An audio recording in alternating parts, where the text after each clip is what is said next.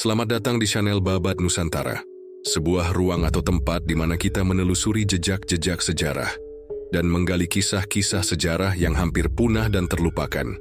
Om Swastiastu, Namo Buddhaya, salam kebajikan, salam sejahtera bagi kita semua. Dalam tayangan kali ini kami akan menceritakan tentang sejarah dendam berdarah anak Ken Arok. Konflik antara Anusapati dan Panji Tohjaya. Angin senja Tumapel berembus lembut, seolah membawa bisikan-bisikan masa lalu yang tak pernah benar-benar hilang. Di balik tembok megah istana, seorang anak lelaki duduk diam di beranda bagian timur, memandang matahari yang perlahan merunduk ke ufuk barat. Wajahnya masih muda, namun sorot matanya mengandung kegelisahan yang dalam. Ia adalah Anusapati, putra Ken Dedes dari suami pertamanya, Tunggul Ametung, yang kini diasuh oleh lelaki yang membunuh ayah kandungnya sendiri, Ken Arok. Tak ada yang benar-benar bisa dilupakan di istana itu. Dinding-dindingnya menyimpan gema langkah para pembunuh, dan lantainya mengingat setiap jejak darah yang pernah mengalir. Anusapati tumbuh di sana. Tumbuh dalam kemewahan dan pendidikan yang layak seorang putra bangsawan, namun juga tumbuh dalam kabut yang tak jelas antara kebenaran dan kepalsuan. Sejak kecil, ia kerap merasa ada sesuatu yang disembunyikan darinya. Ken Arok memperlakukannya seperti anak sendiri, namun ada jurang tak kasat mata yang memisahkan keduanya. Tatapan Ken Arok, kadang seperti seorang ayah, kadang seperti penjaga, terhadap ancaman tersembunyi. Ken Dedes, sang ibu, tidak pernah mengucap sepatah pun kebencian secara terang-terangan. Ia adalah perempuan bijak, namun juga terluka. Di balik keanggunannya tersembunyi luka yang tidak pernah benar-benar sembuh. Ia tahu Anusapati bukan hanya anak dari darah Tunggul Ametung, tapi juga penerus dari warisan yang diambil paksa, bukan hanya dari suaminya, tetapi juga dari nasibnya sebagai perempuan. Dalam bisikan lembut sebelum tidur, dalam nyanyian lirih yang hanya dimengerti sang anak, Ken Dedes menanamkan satu hal: Anusapati harus tahu siapa dirinya dan dari mana ia berasal. Anusapati tumbuh dengan dua bayangan yang membentuk jiwanya. Di satu sisi, ia menyaksikan Ken Arok sebagai raja, pemimpin perkasa yang membawa Tumapel keluar dari bayang-bayang Kediri dan memulai babak baru kejayaan. Tapi di sisi lain, dalam diam, Anusapati mulai memahami bahwa kekuasaan itu berdiri di atas darah yang belum kering. Ia mendengar desas-desus para abdi. Ia melihat betapa keris Empu Gandring diperlakukan dengan hormat sekaligus takut. Ia mendengar bahwa keris itulah yang menewaskan ayah kandungnya, dan ayah tirinya adalah tangan yang menghunuskannya. Maka dalam diam, benih kebimbangan mulai berubah menjadi tanya. Dan dari tanya itu tumbuh rasa bersalah yang bukan miliknya, tetapi diwariskan. Bagaimana mungkin seorang anak mencintai lelaki yang membesarkannya, sekaligus tahu bahwa lelaki itu adalah pembunuh ayahnya sendiri? Apakah kebaikan yang ditunjukkan Ken Arok adalah penebusan, atau sekadar pelindung bagi rasa bersalah yang lebih besar? Di sudut lain istana, di ruang yang tak banyak dikunjungi Anusapati, tumbuh seorang pemuda lain, Panji Tohjaya, anak dari Ken Arok dan Ken Umang. Ia tidak sebijak Anusapati, namun lebih terbuka dalam ambisinya. Panji tumbuh sebagai anak raja sejati, namun selalu merasa berada di posisi kedua. Meski darah Ken Arok mengalir murni di nadinya, rakyat Tumapel lebih mengenal Anusapati sebagai pangeran yang anggun dan penuh wibawa. Kebencian Panji terhadap Anusapati tidak tumbuh dari dendam, belum saat itu, tapi dari rasa iri yang membara. Ia tahu, dalam urutan hak waris, Anusapati selalu lebih didengar, lebih disukai, lebih dianggap pantas. Mereka tumbuh bersama, namun terpisah. Satu mengendap dalam diam dan luka batin, satu lagi menyimpan bara dalam dada yang tak sabar menyalak. Namun keduanya sesungguhnya adalah anak dari takdir yang sama. Takdir yang diguratkan oleh tangan Ken Arok saat menghunus keris pertama kalinya. Waktu berjalan. Ken Arok semakin tua, semakin waspada, dan semakin gelisah. ia mulai melihat perubahan di mata Anusapati. Bukan kebencian, tapi kesadaran.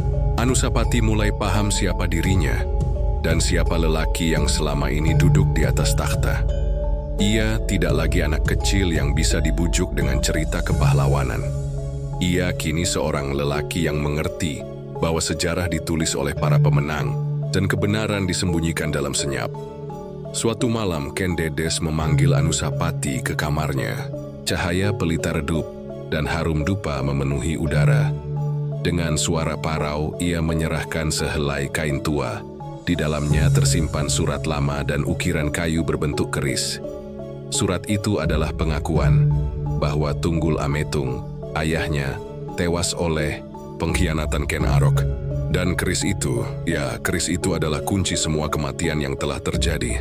Keris Empu Gandring, yang kini menjadi hiasan di singgasana. Anusapati tak menangis. Ia hanya diam, seolah seluruh dunia berhenti berputar. Ia tidak langsung berteriak atau memberontak. Ia tahu, sejak malam itu, hidupnya tak akan pernah sama.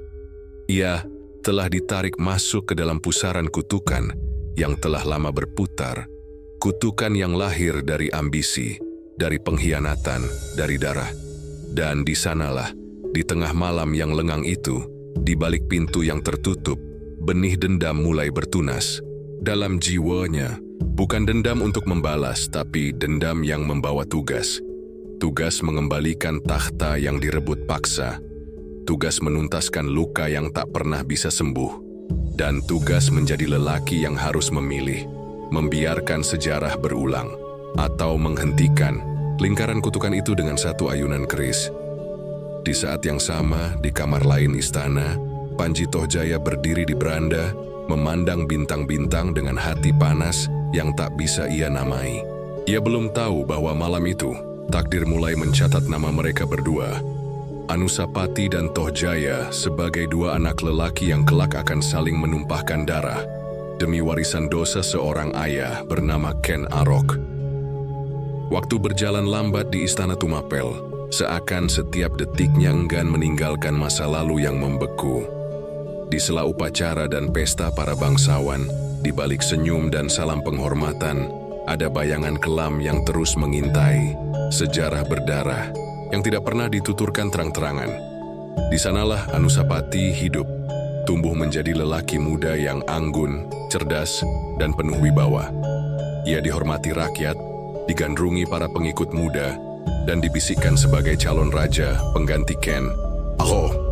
Namun tidak semua yang tumbuh dalam cahaya itu bersinar. Ada luka yang terus melekat dalam dirinya, dan ia tidak pernah bisa menghapusnya. Setelah malam pengakuan Ken Dedes, dunia yang dikenalnya seolah runtuh dari dalam.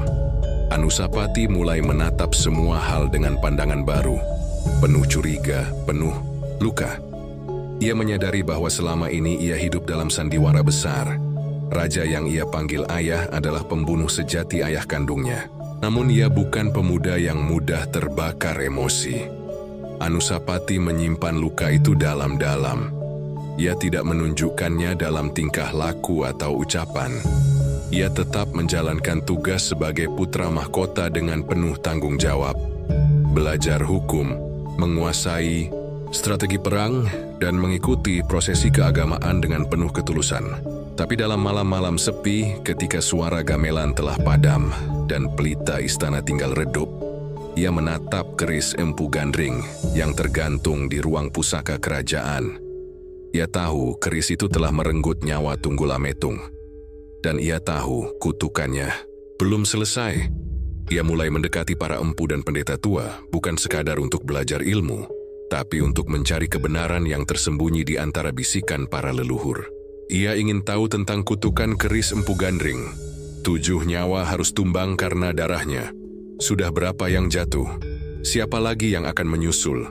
Ia tidak sekadar mencari balas, tapi ingin memahami apakah ia bagian dari takdir itu atau pemutusnya. Sementara itu, Panji Tohjaya menyaksikan semua dari kejauhan. Ia tahu Anusapati sedang berubah. Kakaknya itu, yang dahulu lembut dan tenang, kini tampak lebih dalam, lebih menyendiri, dan lebih dihormati dari sebelumnya. Panji merasa terpinggirkan. Dia masihlah putra Ken Arok dari darah sendiri, tapi rakyat dan para bangsawan lebih menaruh harap pada Anusapati. Dalam dirinya, iri hati mulai menjelma menjadi sesuatu yang lebih berbahaya. Panji bukan lelaki lemah. Ia memiliki keberanian dan hasrat untuk berkuasa. Tapi sejak kecil, bayang-bayang Ken Arok terlalu besar untuk dilampaui. Dan bayang-bayang Anusapati terlalu anggun untuk dijatuhkan secara terang-terangan. Maka ia memilih untuk mengamati dan menyimpan amarahnya. Diam-diam, ia mulai mendekati para pengikut ayahnya yang setia, memupuk kesetiaan di antara para prajurit muda, dan menguatkan dirinya dalam seni siasat. Ia mulai merasakan bahwa ada yang disembunyikan dari dirinya. Panji mulai mencurigai bahwa hubungan antara Anusapati dan Ken Arok tidak sesederhana ayah dan anak. Ia memerhatikan bisik-bisik para pelayan, desas-desus dari para abdi tua, dan raut wajah Ken Umang, ibunya, yang sejak lama menunjukkan ketidaksukaan terhadap Ken Dedes dan anaknya.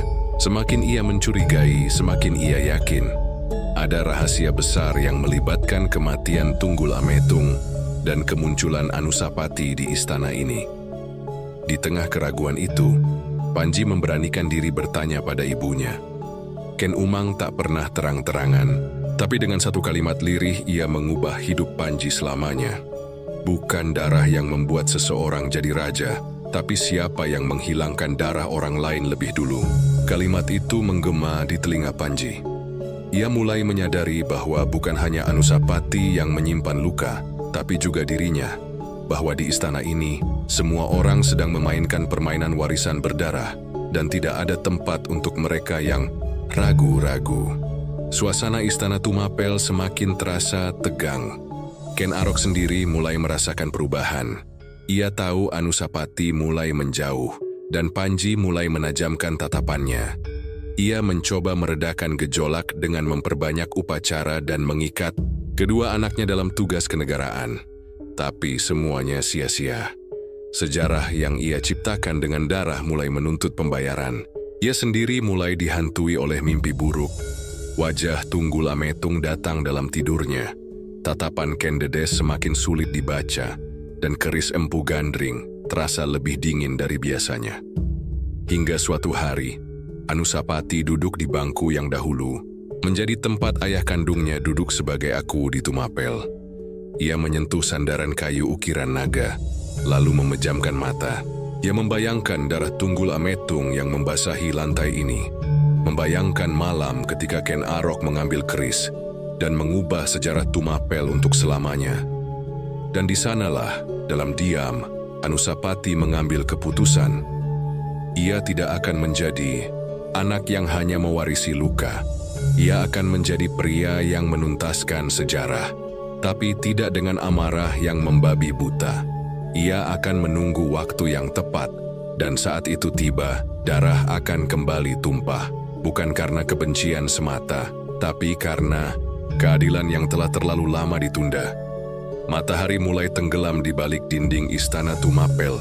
Bayang-bayang makin panjang, dan dari balik tembok yang diam, dua darah keturunan Ken Arok sedang bersiap untuk menulis babak baru dari sejarah yang telah mereka warisi. Sejarah yang ditulis bukan hanya dengan pena, tapi dengan darah. Malam-malam di Tumapel semakin sunyi. Keheningannya bukan keheningan yang damai, tapi keheningan yang dipenuhi bisikan dan langkah yang disembunyikan. Seperti hutan menjelang badai, istana tampak tenang di permukaan. Namun ada getaran yang pelan-pelan terasa oleh siapapun yang cukup peka, bahwa sesuatu sedang bergerak, sesuatu yang tidak terlihat, namun sangat nyata. Anusapati semakin jarang terlihat di perjamuan istana. Ia lebih sering berada di bagian dalam kaputren, menemani ibunya, Ken Dedes, yang semakin menua dan diam. Hubungan mereka menjadi lebih dalam, bukan hanya antara ibu dan anak, tapi juga antara dua jiwa yang disatukan oleh luka yang sama. Ken Dedes tahu apa yang mulai tumbuh dalam hati putranya. Ia tidak membimbing Anusapati dengan perintah, tapi dengan cerita. Ia mengenang masa-masa saat masih menjadi istri Tunggul Ametung, saat Tumapel belum menjadi kerajaan, saat kematian datang, bukan karena kekuasaan tapi karena pengkhianatan. Di tengah cerita-cerita itu, Anusapati mulai mengerti bahwa yang ia warisi bukan hanya darah, tapi juga kutukan. Kutukan keris Empu Gandring yang belum selesai menagih korban. Sudah berapa jiwa yang tumbang sejak keris itu ditempa? Tunggul Ametung, Empu Gandring sendiri. Mungkin ada yang lain yang tak tercatat, yang dilenyapkan dalam senyap oleh tangan-tangan yang tak ingin sejarah dituliskan dengan jujur. Dan Ken Arok, sang raja yang pernah tak terkalahkan, kini perlahan mulai kehilangan cahaya. Usianya menua, tubuhnya melemah, dan pikirannya mulai dikejar bayangan-bayangan yang dahulu ia abaikan. Ia mulai melihat tanda-tanda, Anusapati yang menjauh, Panji yang terlalu bernafsu, dan Ken Dedes yang semakin dingin. Ia mencoba meredam ketakutannya dengan upacara pembersihan, dengan memanggil para resi, dengan memperketat penjagaan di sekeliling ruang pusaka. Tapi itu semua tidak menyentuh inti masalah, karena yang akan menghancurkan tahtanya bukan musuh dari luar, melainkan darah dari dalam. Pada malam yang lengang saat pelita hanya menyala redup, Anusapati diam-diam mendekati ruang pusaka. Joya mengenakan pakaian sederhana, nyaris seperti abdi dalam. Langkahnya ringan tapi hatinya bergemuruh. Ia tahu apa yang ia cari, keris itu. Keris yang selama ini tergantung di atas singgasana sebagai simbol kekuasaan, sebagai relik tua yang tak disentuh. Tapi bagi Anusapati, keris itu bukan hanya pusaka. Itu adalah alat yang membuka dan akan menutup lingkaran kutukan ini. Ia menyelinap seperti bayangan. Tidak ada yang melihat. Ia masuk ke ruang pusaka dan berdiri di hadapan keris Empu Gandring. Wajahnya tenang, matanya menatap senjata itu bukan dengan takut, tapi dengan penghormatan yang dalam. Ia mengulurkan tangan, dan saat gagangnya menyentuh, kulitnya Anusia merasakan dingin yang menembus tulang. Keris itu seperti bernapas, seperti hidup, seolah tahu bahwa malam itu, takdir akan bergerak sekali lagi. Saat fajar mulai menggurat langit, Ken Arok terbangun dengan gelisah. Ia merasa seperti ada sesuatu yang hilang, sesuatu yang penting. Ia memanggil pengawal, tapi sebelum perintah, keluar Anusapati telah datang. Dengan tenang, menyelinap masuk ke ruang raja. Ia membawa keris itu, tapi tak disembunyikan. Ia menggenggamnya terbuka, menampakkannya di depan ayah tirinya. Ken Arok menatapnya, dan dalam sekejap, keduanya paham. Tidak ada kata-kata panjang, tidak ada perlawanan. Hanya keheningan panjang yang melingkupi dua lelaki yang terhubung oleh takdir dan darah. Anusapati melangkah maju. Ia menggenggam keris itu erat. Dan dalam satu gerakan, cepat, bersih, dan sunyi, keris Empu Gandring menuntaskan satu nama lagi dari daftarnya. Ken Arok roboh. Darah mengalir di lantai batu. Tidak ada teriakan, tidak ada keributan. Hanya desah napas terakhir seorang raja yang selama hidupnya membangun kerajaan dari pengkhianatan, kini direnggut oleh anak dari lelaki pertama yang ia khianati. Anusapati berdiri di sana, tubuhnya bergetar. Ia tidak menangis. Ia tidak bersorak. Ia hanya menatap tubuh Ken Arok dengan mata yang lelah. Dalam dirinya tidak ada kebanggaan, hanya keheningan yang lebih dingin dari malam itu sendiri. Ia tahu ini belum selesai. Ia tahu kematian ini bukan akhir, tapi awal dari putaran kutukan yang mungkin baru saja dipercepat. Tak lama kemudian, para pengawal menemukan tubuh Ken Arok. Istana geger. Kabar menyebar cepat, namun Anusapati tidak bersembunyi. Ia tampil di depan para bangsawan dan prajurit, mengakui apa yang ia lakukan. Tapi ia tidak menyebutnya pembunuhan. Ia menyebutnya penuntasan. Para pejabat kerajaan yang telah lama tahu hubungan rumit di dalam istana memilih diam. Mereka menunduk dalam sunyi, dan dalam beberapa hari, takhta Tumapel berpindah.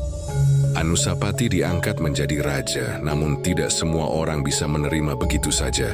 Di sudut istana, Panji Tohjaya menggertakkan giginya. Ia tidak terkejut mendengar kabar kematian ayahnya. Dalam benaknya, ia bahkan telah lama membayangkan hari itu akan datang.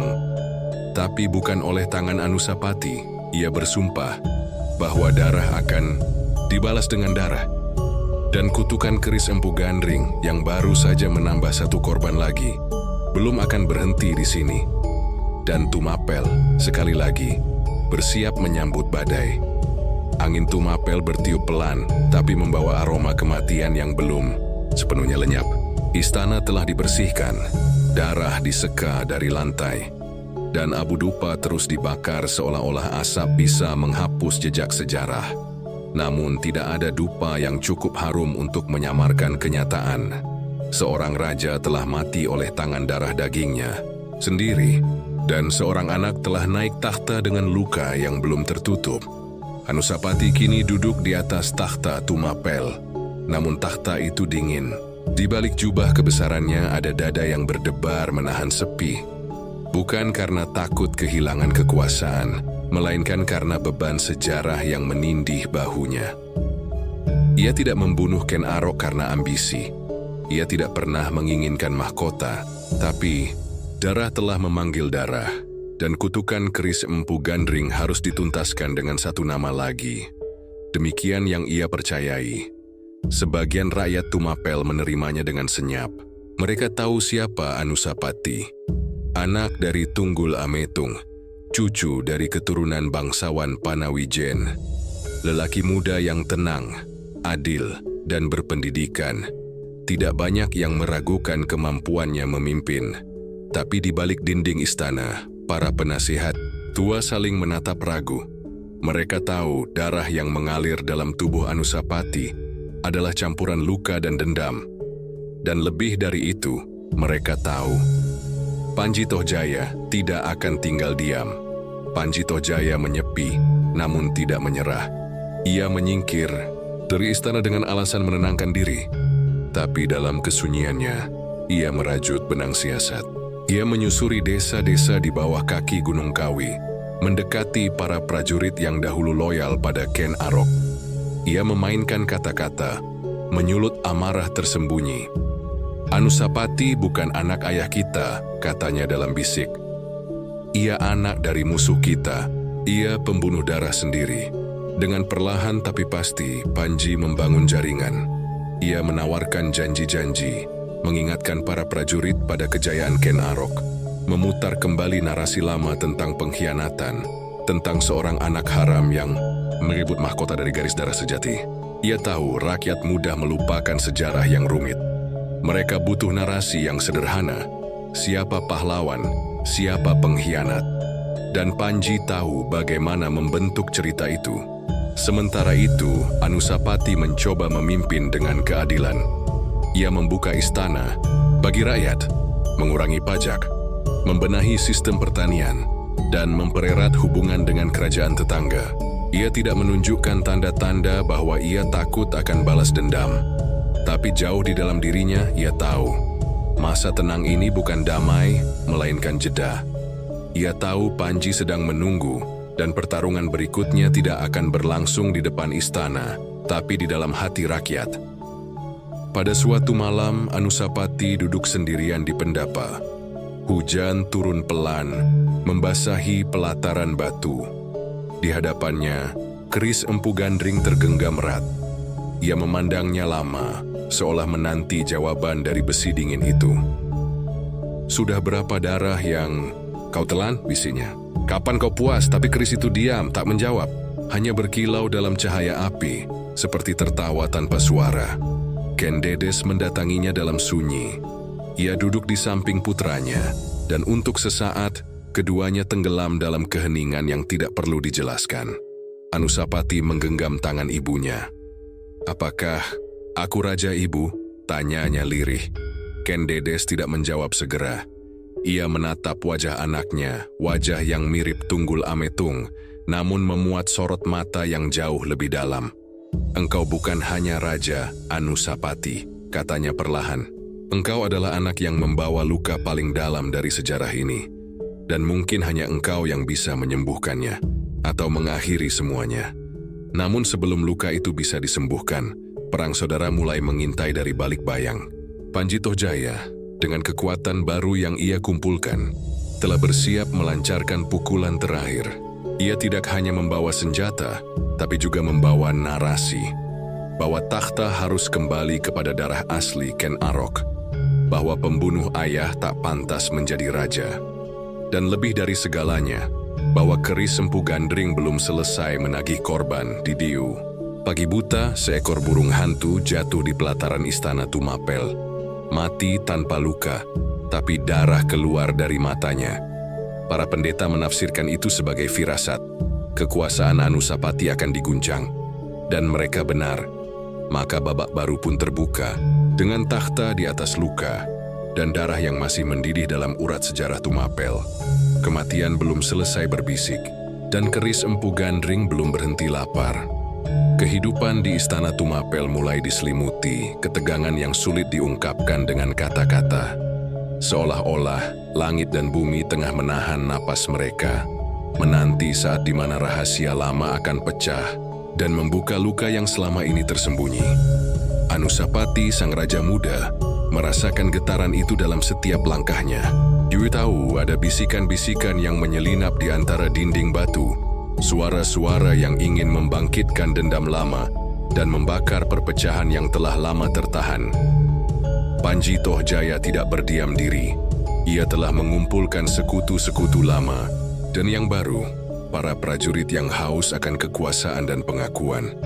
Namun bukan hanya senjata dan pasukan yang ia persiapkan. Ia menggunakan kata-kata sebagai senjata utama. Merangkai cerita yang dapat mengoyak kepercayaan rakyat pada Anusapati. Dalam pertemuan rahasia di bawah remang-remang hutan, Panji berbisik pada para pemimpin desa dan prajurit muda. Anusapati adalah bayangan dari pengkhianatan, tidak layak memimpin tanah ini. Kita harus mengembalikan kejayaan ayah kita, Ken Arok, yang dibunuh oleh darahnya sendiri. Kata-kata itu merambat bagai api dalam alang-alang kering. Di antara rakyat biasa, bisikan itu tumbuh menjadi keraguan, dan kemarahan yang lama dipendam. Mereka mulai bertanya, apakah benar Anusapati adalah raja yang adil, atau hanya pewaris kutukan yang membawa kehancuran? Di sisi lain, Anusapati berjuang dengan pergolakan batin yang tak pernah surut. Ia tahu bahwa untuk memerintah, ia harus lebih dari sekadar keturunan darah bangsawan. Ia harus menjadi sosok yang mampu menenun kembali kain persatuan yang mulai sobek. Namun bagaimana ia bisa menenangkan rakyat yang dipengaruhi oleh bisikan pengkhianatan? Bagaimana ia bisa membungkam suara Panji Tohjaya tanpa menumpahkan lebih banyak darah? Dalam kesendiriannya, Anusapati sering berjalan menyusuri halaman istana di bawah cahaya bulan. Ia berbicara pada dirinya sendiri, mencari kekuatan dari dalam. Bayangan Ken Arok, Ken Dedes, dan terutama Tunggul Ametung hadir di pikirannya. Setiap wajah membawa pesan yang berbeda. Pengkhianatan, cinta, dendam, dan harapan yang belum usai.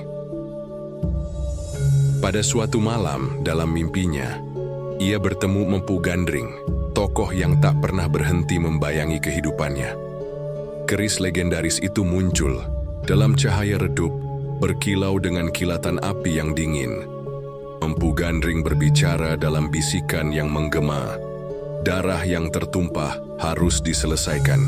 Engkau anak dari dendam dan harapan. Pilihlah jalanmu, tapi ingat, jalan itu penuh dengan bayang-bayang yang menunggu untuk menerkam. Terbangun dari mimpi itu, Anusapati menyadari satu hal. Konflik ini bukan hanya tentang kekuasaan, melainkan tentang jiwa yang terus bergelut dengan masa lalu. Ia harus menyingkap tabir misteri dan menghadapi bayang-bayang keluarga yang selama ini tersembunyi agar bisa memimpin dengan hati yang bebas dari rantai dendam.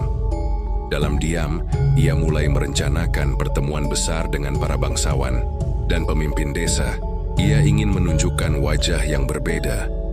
Raja yang bukan hanya berkuasa karena darah, tapi karena keadilan dan kebijaksanaan. Ia berharap pertemuan itu bisa menjadi jembatan yang menghubungkan kembali hati yang terpecah. Namun malam sebelum pertemuan, bisikan dari pengkhianatan datang dalam bentuk yang nyata. Seorang pembawa pesan datang dengan tubuh penuh luka, membawa berita bahwa pasukan Panji Tohjaya telah bergerak mendekati istana. Kabar itu adalah peringatan terakhir. Perang saudara yang telah lama terpendam kini sudah di depan mata. Anusapati tahu kini ia harus memilih, menunggu kehancuran datang atau melangkah maju dengan keberanian yang selama ini ia pendam. Dan dalam keheningan malam yang pekat, ia mengangkat keris Empu Gandring di tangannya. Bukan sebagai simbol dendam, tapi sebagai tanda bahwa pertarungan besar antara darah dan takdir segera dimulai. Badai darah akan segera menggulung, dan takhta Tumapel berdiri di ujung pedang. Matahari belum sepenuhnya bangkit ketika langit Tumapel berubah menjadi saksi bisu peperangan yang sudah lama terpendam di antara saudara sebangsa. Pasukan Panji Tohjaya bergerak dengan langkah pasti, membawa dendam yang membara dan narasi tentang darah asli yang harus kembali berkuasa. Di depan mereka, Anusapati dan para pengawalnya bersiap mempertahankan takhta yang diwarisinya dari darah dan pengkhianatan.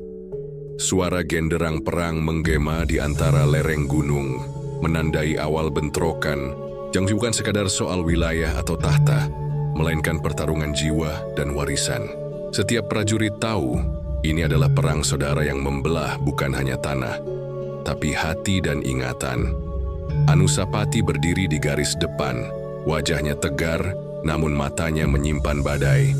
Ia bukan hanya mempertaruhkan mahkota, tapi juga keberanian untuk mengakhiri lingkaran darah yang mengikat mereka semua. Di balik helm dan baju besinya, hatinya bergelora, dipenuhi oleh pergulatan antara dendam dan pengampunan, kekuatan dan keraguan. Panji Tohjaya, di sisi lain, membawa semangat yang tak tergoyahkan. Ia ingin membuktikan bahwa darahnya lebih suci, bahwa ia adalah pewaris sejati kerajaan Tumapel. Namun dalam tiap langkah dan teriakan perang, tersembunyi juga bayang-bayang ketakutan. Ketakutan bahwa dendamnya mungkin hanya akan mengulangi siklus kekerasan yang sama. Pertempuran pun meledak dengan dahsyat. Pedang beradu, panah meluncur, dan teriakan mengisi udara yang dipenuhi debu dan darah. Dalam hiruk-pikuk itu, Anusapati menemukan Panji Tohjaya di tengah medan. Dua saudara yang dulu pernah terikat oleh darah kini berhadapan sebagai musuh. Wajah Panji dipenuhi amarah dan luka lama, sedangkan Anusapati mencoba mengendalikan kemarahannya dengan tekad untuk mengakhiri pertumpahan darah. Mereka bertarung dengan sengit, suara dentingan keris mengukir kisah baru dalam sejarah Tumapel. Namun, pertempuran bukan hanya antara pedang dan perisai, melainkan juga pergulatan batin yang dalam.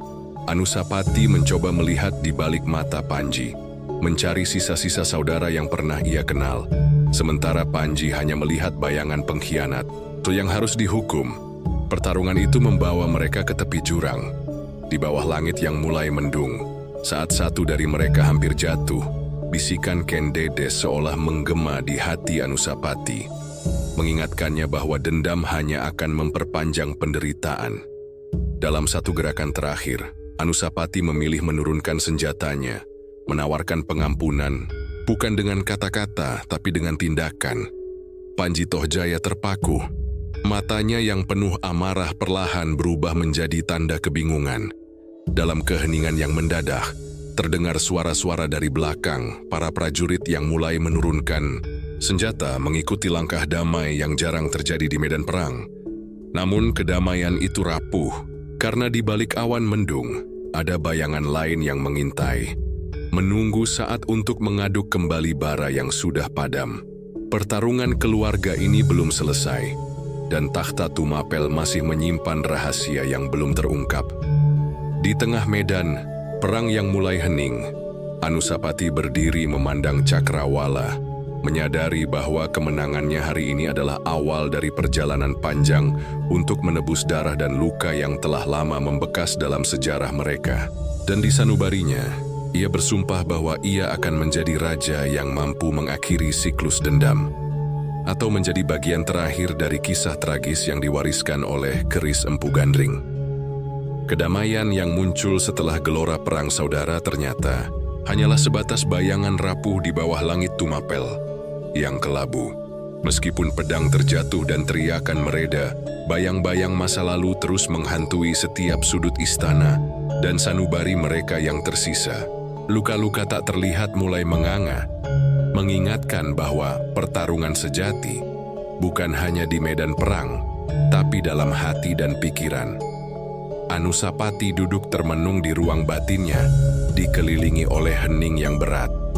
Ia merasa seolah hidupnya terperangkap antara dua dunia, dunia nyata yang penuh dengan politik dan kekuasaan, serta dunia batin yang berisi warisan dendam dan misteri keluarganya. Pertanyaan tentang siapa dirinya sesungguhnya dan apa makna takhta yang dipegangnya terus bergema.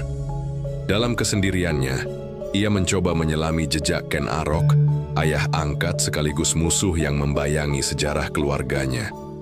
Ken Arok yang legendaris, sosok yang dibenci dan dipuja, meninggalkan jejak darah yang begitu rumit. Anusapati mulai menyadari bahwa perjuangannya bukan sekadar menguasai kerajaan, melainkan menuntaskan teka-teki kelam tentang pengkhianatan, cinta, dan kutukan keris Empu Gandring yang diwariskan dari generasi ke generasi. Sementara itu, Panji Tohjaya menghilang ke dalam bayang-bayang hutan, membawa luka dan dendam yang belum sembuh. Ia memilih jalan kesendirian, menyepi dan merajut kembali kekuatan dari reruntuhan masa lalunya. Dalam gelapnya hati, ia bergulat dengan rasa kehilangan dan kekecewaan yang dalam. Sebuah pergulatan yang sama kuatnya dengan pertarungan fisik yang pernah terjadi. Suatu malam yang dingin, sebuah pesan rahasia sampai ke tangan Anusapati. Pesan itu berasal dari seseorang yang pernah menjadi saksi bisu masa lalu, yang tahu rahasia terdalam tentang Ken Arok dan keris Empu Gandring. Pesan itu membawa petunjuk baru, bahwa sejarah yang selama ini diyakini mungkin hanya separuh cerita, dan bahwa ada kekuatan tersembunyi yang selama ini menggerakkan roda takdir. Anusapati menyadari, untuk memimpin dengan bijaksana, ia harus menghadapi kegelapan masa lalu, bukan sebagai musuh, tapi sebagai pelajaran.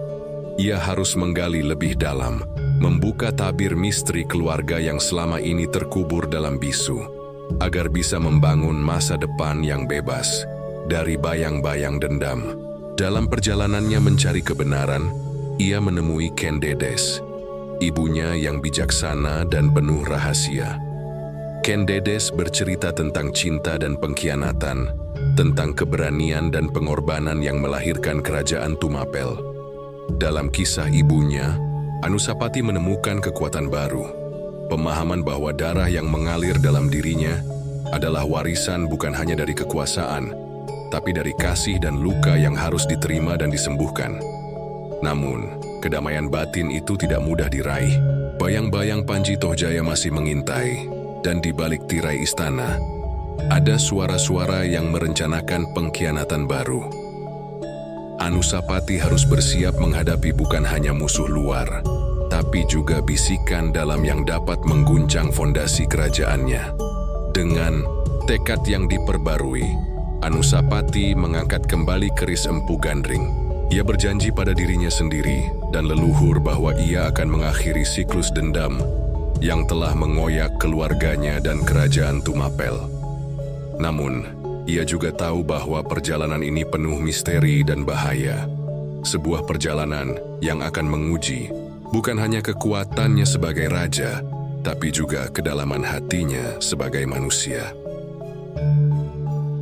Masa-masa gelap telah menyelimuti kerajaan Tumapel, namun fajar baru mulai merangkak di balik pegunungan.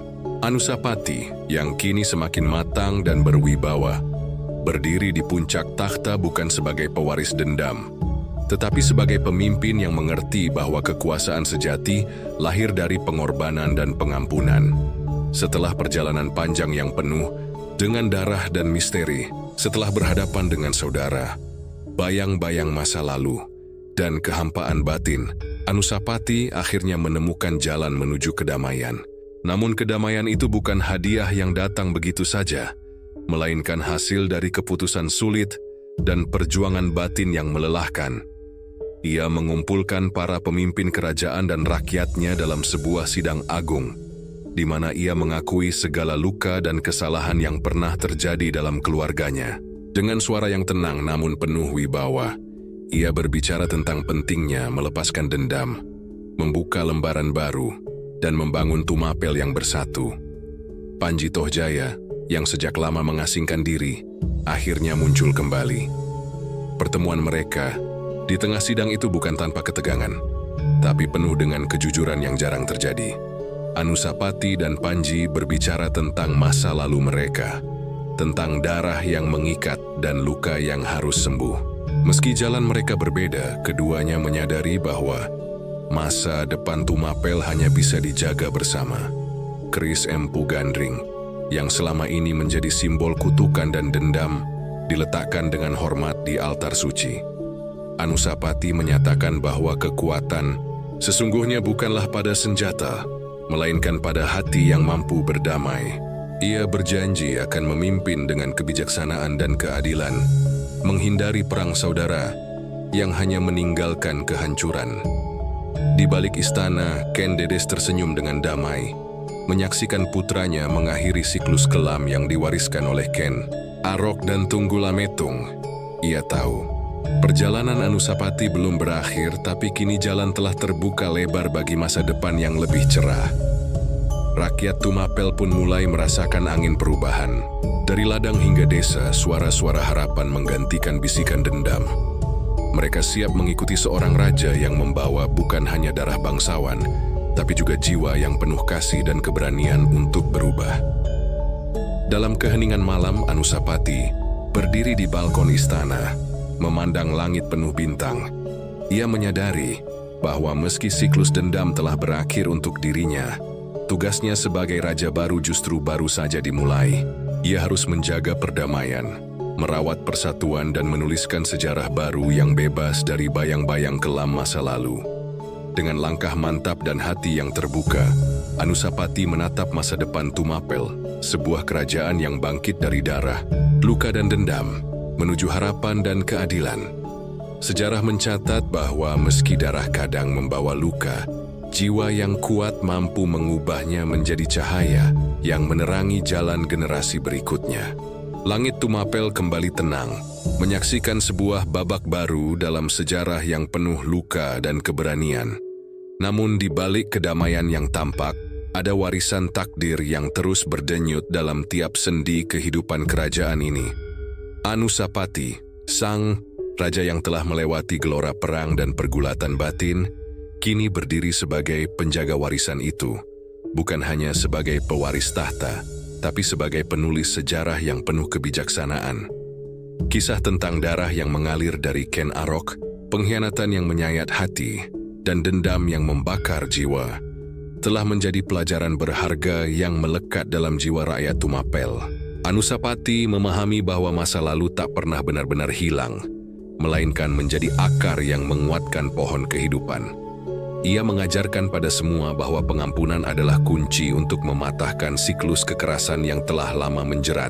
Di balik tirai istana, para penasihat dan pemimpin desa bekerja sama membangun sistem pemerintahan yang adil dan terbuka, yang mampu menampung suara rakyat tanpa harus terjerat oleh ambisi dan dendam. Anusapati berusaha memastikan bahwa setiap keputusan yang diambil mengakar pada keadilan, bukan hanya pada kekuasaan semu. Namun, di balik layar, bayang-bayang misteri keris Empu Gandring masih menjadi pengingat akan kekuatan dan kutukan yang tak bisa diabaikan begitu saja.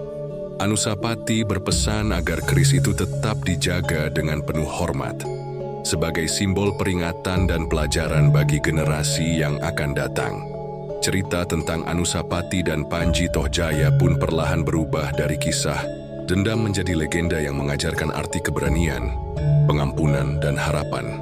Di kampung-kampung dan desa-desa, lagu dan cerita tentang perjuangan mereka mengalun, mengikat ingatan kolektif rakyat Tumapel akan sejarah yang harus dihargai sekaligus dilupakan dalam arti terbaiknya. Saat malam menjelang, Anusapati menatap bintang di langit yang luas. Ia tahu bahwa warisan darahnya adalah beban sekaligus anugerah, sebuah kisah yang akan terus hidup dalam setiap hembusan angin, dalam setiap langkah rakyatnya. Dengan hati yang terbuka dan jiwa yang teguh, ia bersiap menghadapi tantangan baru, melanjutkan takhta Tumapel sebagai raja yang bukan hanya memerintah dengan tangan, tapi juga dengan jiwa. Sejarah mencatat bahwa dari darah dan dendam, lahirlah keberanian dan pengampunan yang abadi. Kisah Anusapati bukan sekadar tentang peperangan atau tahta, melainkan tentang manusia yang berjuang memahami dirinya, keluarganya, dan nasib bangsanya. Sebuah kisah yang akan terus diceritakan sebagai peringatan dan inspirasi bagi mereka yang kelak menapaki jejak-jejak waktu. Dan di sanubari langit Tumapel, bisikan lembut menceritakan, darah memang mengikat, namun hanya jiwa yang kuat yang mampu membebaskan diri dari belenggu masa lalu, menuliskan kisah baru yang tak lekang oleh waktu.